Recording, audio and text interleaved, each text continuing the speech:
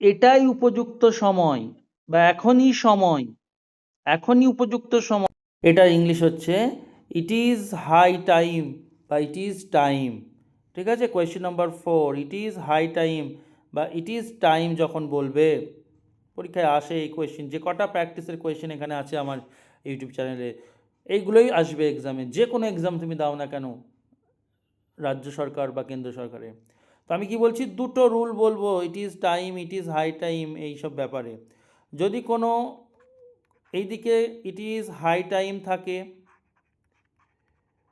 বা it is time থাকে, কখনো কখনো দেখতে পাবে ইট ইজ নাও টাইম, খুব কম এটা থাকে, সব বলে দেওয়াই ভালো, তাই না?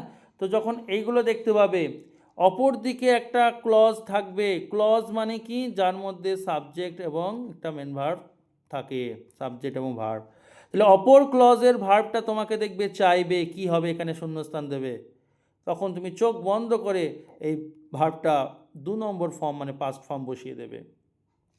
যেমন দেখো এখানে আছে ইট ইজ হাই টাইম, আমি অন্য কালি দিয়ে দেখিয়ে দিচ্ছি, দেখো ইট ইজ হাই টাইম আছে, অপর দিকে একটা ক্লজ শুরু হচ্ছে উই দিয়ে, আবার দেখো এটা সাবজেক্ট দিয়ে শুরু হচ্ছে, এখানে ভার্ব চাই, তাহলে এই ভার্বটা ক নম্বর ফর্ম বসিয়ে দেবো, 2 নম্বর ফর্ম বসিয়ে দেবো। তার মানে অপশন হবে, option D is the correct answer, কারণ লিভ, এই লিভ মানে ত্যাগ করা, এর 2 নম্বর ফর্ম হচ্ছে লেফট, মনে থাকবে? তো এটা হবে আনসার।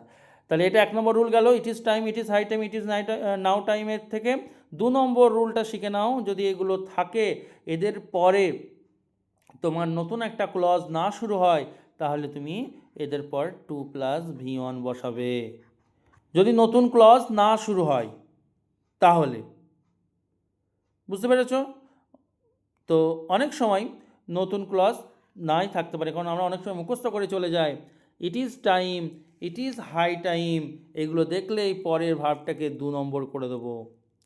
কিন্তু সব সময় যে এরকমই দেবে তার মানে নেই, যদি তারপরে ক্লজ থাকে তবেই আমি ভার্বটাকে 2 নম্বর দেবো, যদি ক্লজ না থাকে তাহলে আমি ধরো বললাম এটাই উপযুক্ত কাজ করার সময়, তো it is high time dash, বাস, আর তোমাকে কিছু দেয়নি, অপশান দিয়েছে ওয়ার্কড, প্রথমে এটা থাকবে, 2 নম্বর অনেকে বসিয়ে দেবে বলে, অপশন বি টু ওয়ার্ক, এরকম করে দেবে। তো তুমি কি বসাবে, টু ওয়ার্ক, কারণ এখানে আবার নতুন করে কোনো ক্লজ শুরু হয়নি, ক্লজ যদি শুরু হতো তাহলে আমার এখানে কি থাকতো, এখানে আবার একটা সাবজেক্ট এটা ওটা থাকতো, তাই না, এখানে একটা সাবজেক্ট থাকতো। বুঝতে পেরেছো?